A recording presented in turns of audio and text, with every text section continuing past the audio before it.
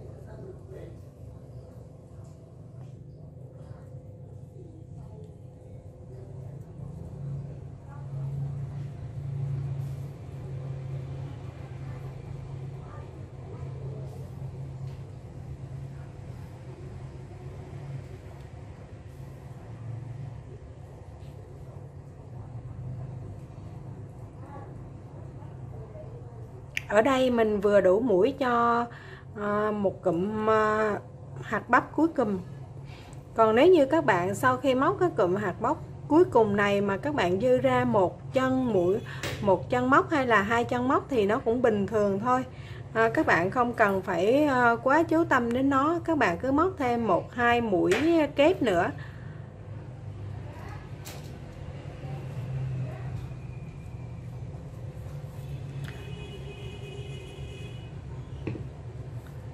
Kết thúc hàng móc thứ 12, mình đã móc xong cái hàng hạt bắp này. Và ở hàng thứ 13 này, trước tiên là các bạn sẽ cắt cái sợi màu trắng này. Sau đó, ở hàng thứ 13 này, các bạn sẽ chuyển sang cái màu đậm hơn cho mình. Các bạn chừa cái sợi tím này ở đây nha. Các bạn vẫn để chờ cái sợi màu tím ở đây. Các bạn không móc nha. Và chúng ta sẽ quay trở lại cái sợi màu tím này sau. Bây giờ các bạn sẽ lấy sợi màu đậm hơn để phối vào trong cái chiếc mũ của chúng ta ở đây. Thì đi đến hàng này các bạn sẽ móc 1, 2, 3, 4 hay là 1, 2, 3 hay là bao nhiêu thì tùy các bạn. Vì nó phụ thuộc vào cái kích thước vòng đầu của bé. Ví dụ như bé có cái đường kính vòng đầu là 13 cm thì các bạn cộng thêm 2 cm nữa là ra 15 cm thì các bạn sẽ đo từ trên cái đỉnh, trên cái chóp mũ này các bạn đo xuống là 15 cm và thêm 1 cm nữa là thêm một hàng nữa là cái hàng mũi đơn viền để cho cái vòng cuối cùng của cái mũ của chúng ta nó cứng cáp, nó không có bị lỏng lẻo. Ở đây mình có size vòng đầu là 14 cm cái đường kính thì mình sẽ móc cái chiều dài từ trên chóp mũ này đi xuống là 16 cm.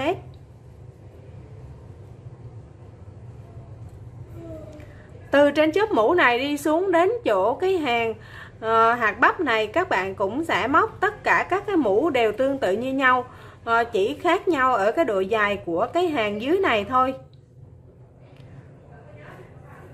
Đến đây mình đã được 12 cm, 16 cm mình sẽ móc thêm khoảng chừng 4 hàng nữa. Bây giờ mình sẽ nối sợi màu đậm hơn vào đây. Các bạn sẽ tạo cho mình một cái nút thắt. Sau đó các bạn đâm kim vào. Các bạn chừa cái sợi màu nhạt hơn ở đây nha. Các bạn đâm kim vào ngay chỗ cái chân 3 mũi bính đi lên của chúng ta. Các bạn sẽ đâm kim vào đó. Kéo sợi qua lên cho mình 3 bính.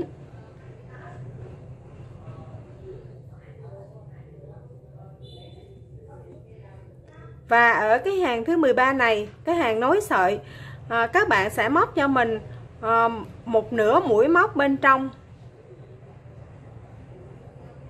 Với mỗi chân kép các bạn sẽ móc cho mình là một mũi kép.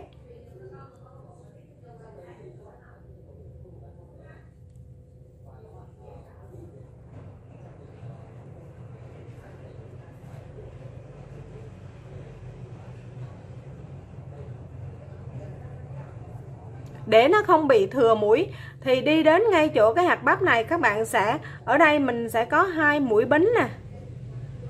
Các bạn nhìn kỹ nha, ở đây mình có 2 mũi, 2 chân mũi.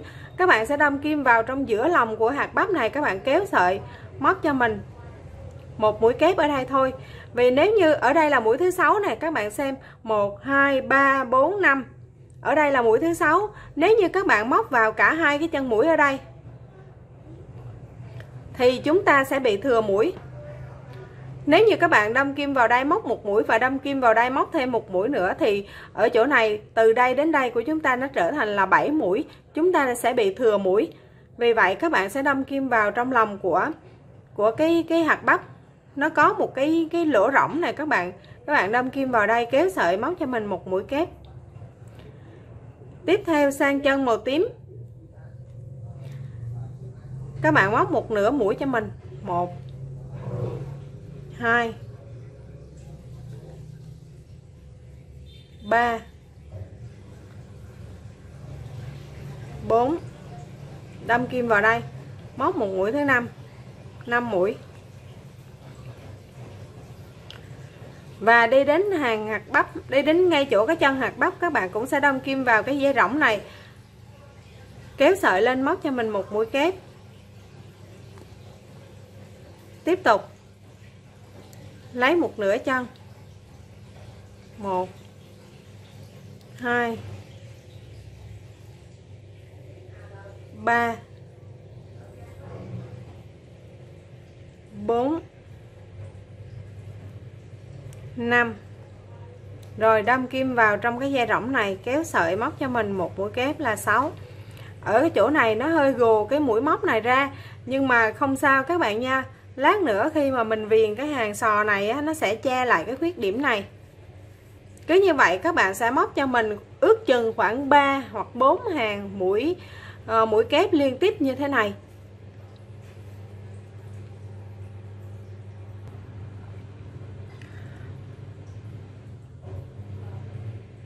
Đây là vào chỗ kết thúc của hàng móc thứ 13. Mình muốn quay lại cho nó chi tiết một tí để cho các bạn tiện theo dõi.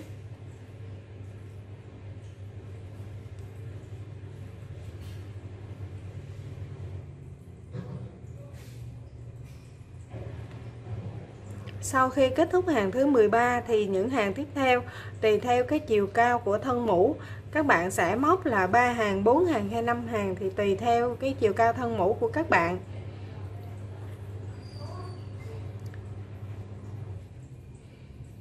Đến đây rồi, những hàng tiếp theo thì rất là dễ dàng, các bạn chỉ móc mỗi hàng là những mũi kép liên tiếp với nhau, không tăng không giảm, cho đến khi nào đủ cái độ dài thân mũ mà các bạn cần có thì các bạn sẽ dừng lại để viền cho mình một hàng mũi đơn. Cứ như vậy các bạn sẽ móc giúp mình cho đến khi đủ cái chiều cao thân mũ nha. Sau khi mình móc 4 hàng mũi kép như thế này thì cái chiều cao thân mũ của mình đã đủ cái yêu cầu. Từ đây đến đây đã được 15,5 cm, mình sẽ móc thêm một hàng mũi đơn để viền cho cái mũ của chúng ta nó cứng cáp hơn. Thì sau khi móc xong cái hàng mũi đơn đó, mình sẽ đủ chiều dài là 16 cm. Để móc cái hàng mũi đơn này các bạn móc nhẹ tay thôi, các bạn đừng có siết chặt sợi nha. Vì cái hàng mũi đơn á, cái kích thước của cái hàng mũi đơn lúc nào nó cũng sẽ nhỏ hơn, cái mũi móc của cái mũi đơn nó mỏng hơn cái mũi kép. Nếu như các bạn siết chặt sợi là cái mũ của chúng ta nó sẽ bị túm cái đầu lại, nó không có được suông cái mũ. Các bạn móc nhẹ tay thôi, không siết sợi nha.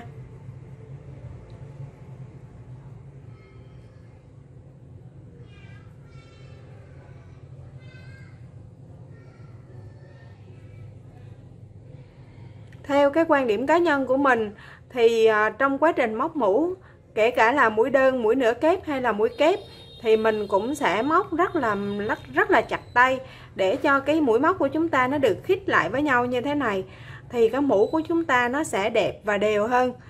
Các bạn khi lấy mũi nửa kép hoặc là mũi kép á, các bạn đừng có lấy cao chân quá. Các bạn khi mà kéo sợi cao lên á, thì cái tay của chúng ta nó sẽ khó mà đều nhau được. nó sẽ có cái mũi cao mũi thấp, nó không đều nhau. Cứ như vậy các bạn sẽ viền hết cái hàng mũi đơn này giúp mình. Sau đó các bạn sẽ cắt cái sợi màu tím đậm này đi. Chúng ta sẽ giấu sợi, mình sẽ hoàn thành cái phần viền này và mình sẽ lên mình móc cái mũi sò. Sau khi viền xong hàng mũi đơn, chúng ta khóa mũi và chúng ta cắt sợi. Chúng ta tiến hành móc cái hàng sò ở đây. Để tiến hành móc cái hàng sò ở đây thì như lúc đầu mình đã nói sơ qua với các bạn là chúng ta sẽ móc cái cụm sò nó nằm ở giữa hai bên của cái mũi hạt bắp này. Từ hạt bắp này đến hạt bắp này chúng ta có tổng cộng là 5 mũi kép ở trong chính giữa. Thì ngay chỗ cái chân đầu tiên này các bạn sẽ lên cho mình một bính và móc cho mình một mũi kép vào đây. Móc cho mình một mũi đơn vào đây. Một chân đơn.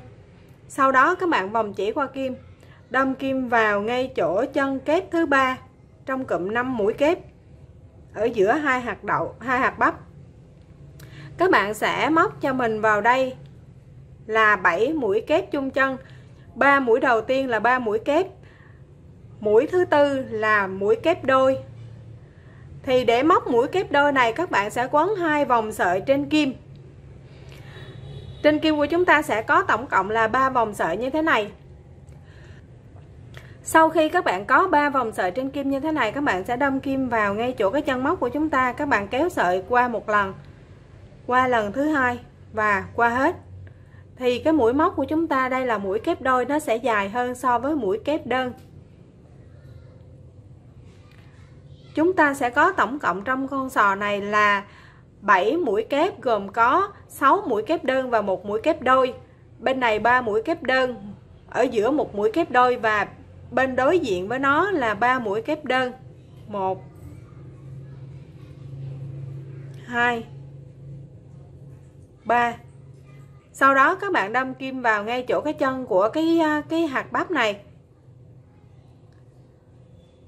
Các bạn móc cho mình một mũi đơn.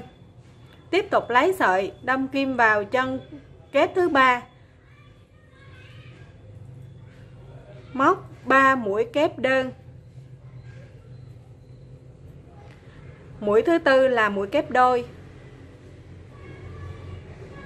3 mũi tiếp theo nữa là 3 mũi kép đơn.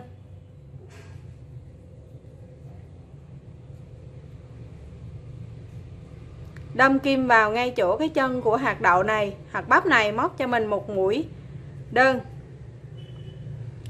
Mình sẽ móc thêm cho bạn một con sò nữa. 1 2 3 mũi kép đơn. Mũi thứ tư là mũi kép đôi. Thứ 5 kép đơn, thứ 6 kép đơn. Mũi thứ 7 cũng là một mũi kép đơn. Sau đó đâm kim vào ngay chỗ chân của mũi hạt bắp này, lấy sợi móc một mũi đơn. Cứ như vậy các bạn sẽ móc hết cả cái hàng viền sò này cho mình.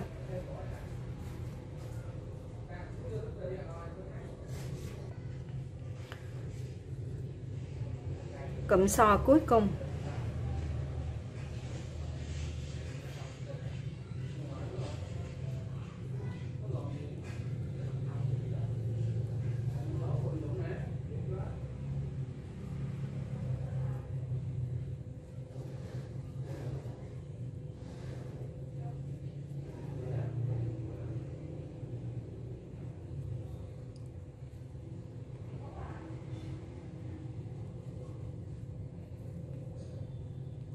Chúng ta móc một mũi dời vào ngay cái chân đơn đầu tiên mà chúng ta đã khởi tạo.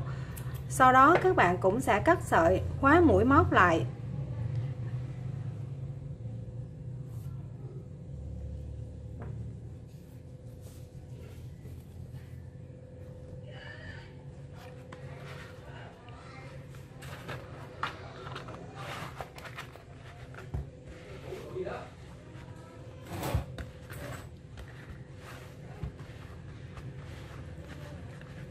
Bây giờ chúng ta sẽ tiến hành móc những cái họa tiết sò ở đây. Thì ở đây chúng ta có 3 hàng sò tách biệt nhau. Hàng sò đầu tiên này tổng số mũi của mình đang có là 91 mũi. Các bạn sẽ đếm số mũi của cái hàng sò này, sau đó các bạn đem chia hết cho 5. Thì chúng ta sẽ cứ cách 5 chân thì các bạn sẽ móc một cụm sò, 5 chân các bạn sẽ móc một cụm sò. Và cái cụm sò ở đây nó sẽ nhỏ hơn cái cụm sò này, vì cái cách móc của nó sẽ khác nhau một tí. Mình sẽ hướng dẫn các bạn. Ở hàng thứ 9 này các bạn sẽ chia khoảng cách là 5 mũi móc là một cụm sò. Ở hàng thứ 6 này các bạn sẽ chia là 4 mũi móc là một cụm sò. Và ở hàng thứ 3 này các bạn sẽ chia là 2 mũi móc là ba mũi móc là một cụm sò. 3, 4, 5. Rồi bây giờ chúng ta sẽ lấy sợi màu trắng. Các bạn tạo cho mình một nút thắt. Sau đó các bạn sẽ đâm kim vào ngay chỗ cái chân đầu tiên này. Tất cả những mũi bắt đầu các bạn phải móc ngay chỗ cái điểm nối kết thúc mũi, để cho cái hàng mối nối của chúng ta nó nằm cùng một chỗ nha các bạn.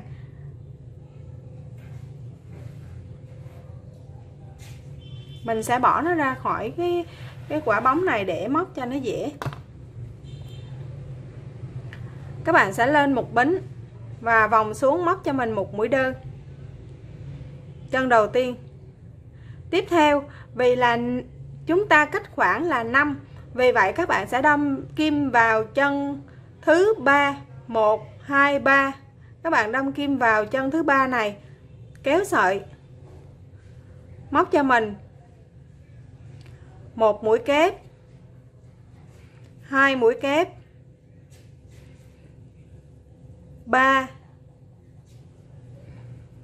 4, bỏ một chân, đâm kim vào chân thứ 2, móc một mũi đơn. Tiếp tục 1, 2, đâm kim vào chân thứ 3, móc 4 mũi. 1, 2, 3, 4, bỏ một chân, đâm kim vào chân tiếp theo nữa, móc một mũi đơn. Tiếp tục 1, 2, 3, đâm kim vào chân thứ 3, móc 4 mũi kép.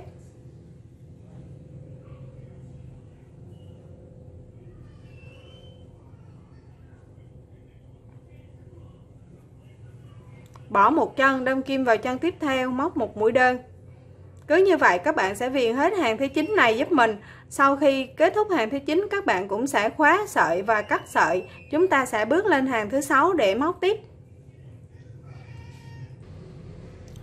Kết thúc cái hàng viền này, sau khi mình chia hết cho 5 thì ở đây mình bị dư 2 mũi. Các bạn sẽ móc vào đây cho mình là 2 mũi đơn. Và móc một mũi dời vào cái chân đơn đầu tiên chúng ta đã khởi tạo. Sau đó các bạn cắt sợi, khóa mũi móc lại.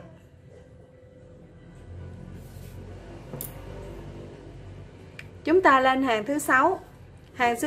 Các bạn cứ chia nha. Nếu như nó thừa một vài mũi thì chúng ta sẽ móc là mũi đơn bình thường thôi, không sao cả. Hoặc là các bạn sẽ móc ở cái hàng cuối cùng này, cái chân móc nó nhiều hơn một tí, thay vì là 4 mũi kép ở đây thì các bạn sẽ móc là ở đây 3 mũi và chân tiếp theo là 3 mũi nữa, cho cái họa tiết này nó hơi lớn hơn một tí cũng được, không sao. Sang hàng thứ 6. Tất cả mũi móc đem chia cho 4. Các bạn cũng sẽ đâm kim vào đây, tạo một nút thắt, sau đó vòng chỉ qua kim,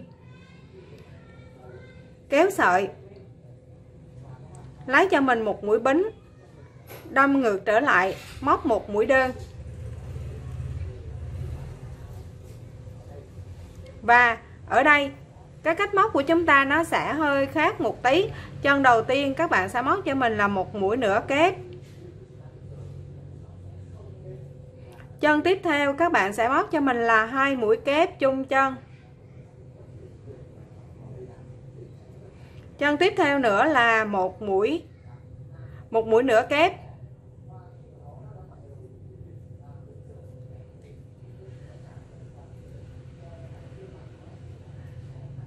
Rồi, chân tiếp theo 1 mũi nửa kép, chân tiếp theo nữa là 2 mũi kép chung chân. Chân tiếp theo nữa là 1 mũi nửa kép. Cứ như vậy các bạn sẽ móc hết cái hàng thứ 6 này. Chân đầu tiên là 1 mũi nửa kép, chân tiếp theo là không, mình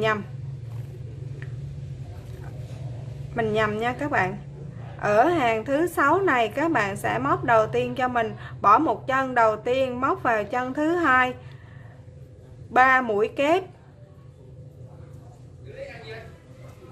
bỏ một chân tiếp theo đâm vào chân tiếp theo nữa, móc một mũi đơn, bỏ một mũi đầu tiên móc vào mũi tiếp theo 3 mũi kép,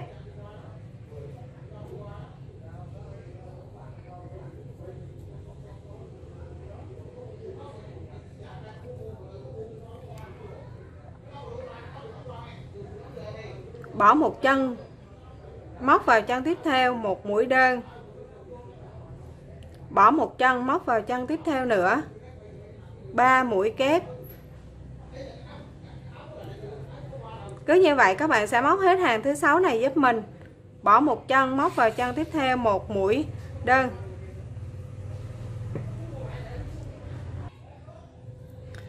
Bước vào hàng cuối cùng này các bạn cũng sẽ tạo một nút thắt, sau đó nối sợi vào.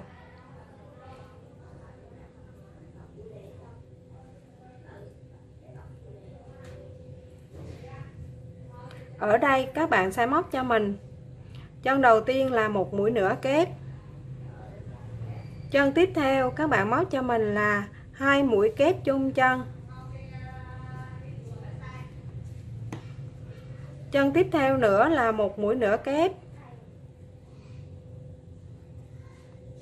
chân tiếp theo các bạn móc cho mình là 2 mũi kép chung chân, chân tiếp theo nữa là 1 mũi nửa kép,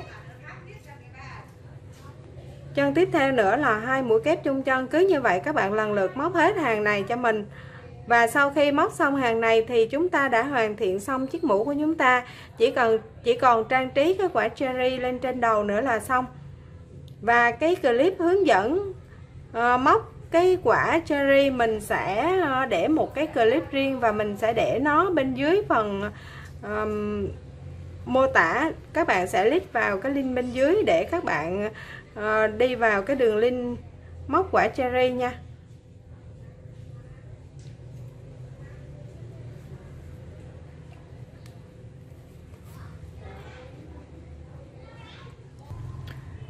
Sau đó các bạn sẽ tiến hành giấu sợi. Và sau khi giấu sợi xong thì chúng ta sẽ móc quả cherry, và sau đó các bạn sẽ dùng keo nến để đính cái quả cherry này vào trong cái chiếc mũ của chúng ta.